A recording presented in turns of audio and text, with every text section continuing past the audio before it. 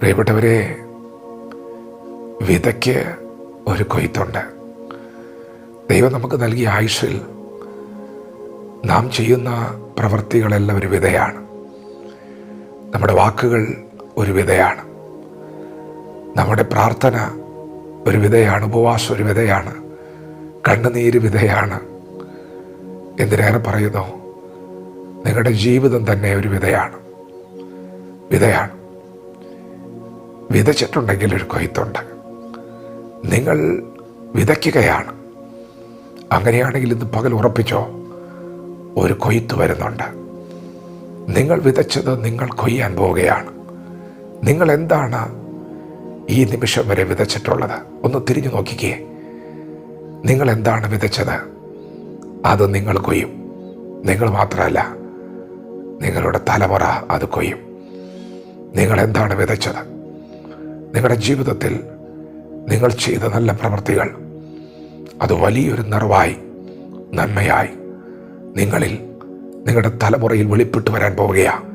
ഇന്നലകളിൽ നീ പ്രാർത്ഥിച്ചതിൻ്റെ റിസൾട്ട് പുറത്തു വരും. നീ ഉപവസിച്ചതിൻ്റെ റിസൾട്ട് പുറത്തു വരും. നീ ദൈവത്തിനു വേണ്ടി പ്രവർത്തിച്ചതിൻ്റെ, ദൈവജനത്തെ ശുശ്രൂഷിച്ചതിൻ്റെ, ദൈവത്തെ സ്നേഹിച്ചതിൻ്റെ ഒക്കെ റിസൾട്ട് പുറത്തു വരും. ദൈവം ആർക്കും കടക്കാരനല്ല. അത് നിൻ്റെ തലമുറ അനുഭവിക്കും. മക്കൾക്ക് വേണ്ടി നിങ്ങൾക്ക് കരുതി വയ്ക്കാൻ കഴിഞ്ഞിട്ടില്ലേ? പ്രാർത്ഥന ഒരു കരുതലാണ് കേട്ടോ. ഉപവാസം ഒരു കരുതലാണ്. നിങ്ങൾ ദൈവത്തിനു വേണ്ടി നിങ്ങളുടെ ജീവിതത്തെ ചെലവാക്കിയത് തലമുറയ്ക്ക് വേണ്ടി ഒരു ഡെപ്പോസിറ്റാണ്.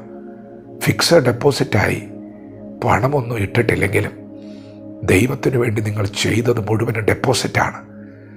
അത് വെളിപ്പെട്ട് വരും. നിൻ്റെ കണ്ണുകൊണ്ട് തന്നെ നീ അത് കാണും.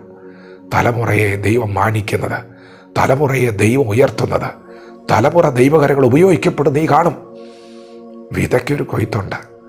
പ്രിയപ്പെട്ടവരെ, കുറച്ചുകൂടെ പുറകിലേക്ക് നിങ്ങൾ തിരിഞ്ഞു നോക്കിയേ. ഞാൻ ഒന്നുകൂടി പുറകിലേക്ക് ആ കാഴ്ചയൊന്ന് കൊണ്ടുപോകട്ടെ.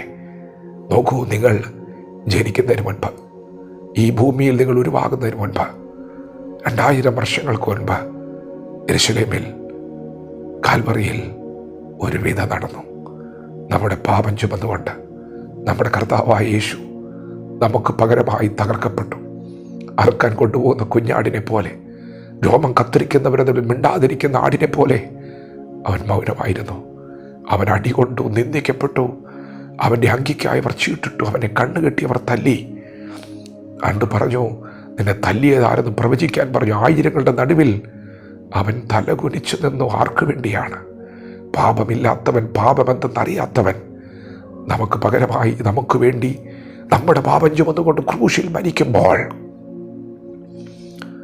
അവൻ്റെ മരണം ഒരു വിതയായിരുന്നു. കോതമ്പ് മണി നിലത്ത് വീണ് ചാകുന്നത് പോലെ അവൻ ക്രൂശിൽ തകർക്കപ്പെടുകയായിരുന്നു. അവൻ ഒരു കോതമ്പ് മണി പോലെ തകർക്കപ്പെട്ടപ്പോൾ 1000കണക്കിന് വിളവുകൾ ആ മണിയിൽ നിന്ന് പുറത്തു വന്നതുപോലെ, പ്രിയപ്പെട്ടവരെ, നിങ്ങൾ വിടുവിക്കപ്പെട്ടത്, നിങ്ങളുടെ ജീവിതത്തിൽ സമാധാനം വന്നത്, ആശ്വാസം വന്നത്, ബലം വന്നത്, ധൈര്യം വന്നത് അവൻ്റെ വിധയുടെ കൊയ്ത്താണ്. എത്ര പേരിന്ന് പകൽ ആമേൻ പറയും? എത്ര പേരിന്ന് പകൽ ദൈവത്തെ സ്തുതിക്കും? ഇത് ദൈവം നിങ്ങൾക്ക് നൽകിയ ഒരു പ്രഭാതമാണ്. പ്രിയപ്പെട്ടവരെ, ഇത് നന്ദിയോടെ ദൈവത്തെ സ്തുതിക്കാനുള്ള പകലാണ്. ഇന്ന് നിങ്ങൾ അനുഭവിക്കുന്ന എല്ലാ നന്മകളും ആ ക്രൂശിലെ വിധയുടെ കൊയ്ത്താണ്.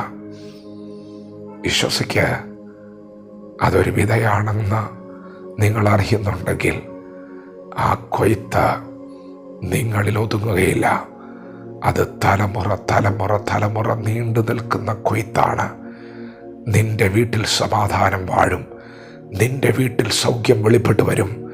നിൻ്റെ വീട്ടിൽ ഇരുളിൻ്റെ പ്രവൃത്തികൾ അഴിഞ്ഞു മാറും.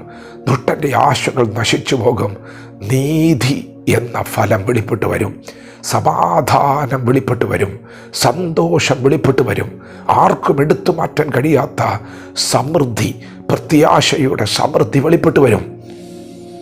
യേശു കർത്താവ് ക്രൂശിൽ വിതച്ചതിൻ്റെ കൊയ്ത്തിലേക്ക് നീ പ്രവേശിക്കുകയാണ്. വചനത്തോട് പ്രതികരിക്കാം. ദൈവം നമ്മെ ഓരോരുത്തരും ഈ പകൽ അനുഗ്രഹിക്കുമാറാകട്ടെ. ആമേൻ.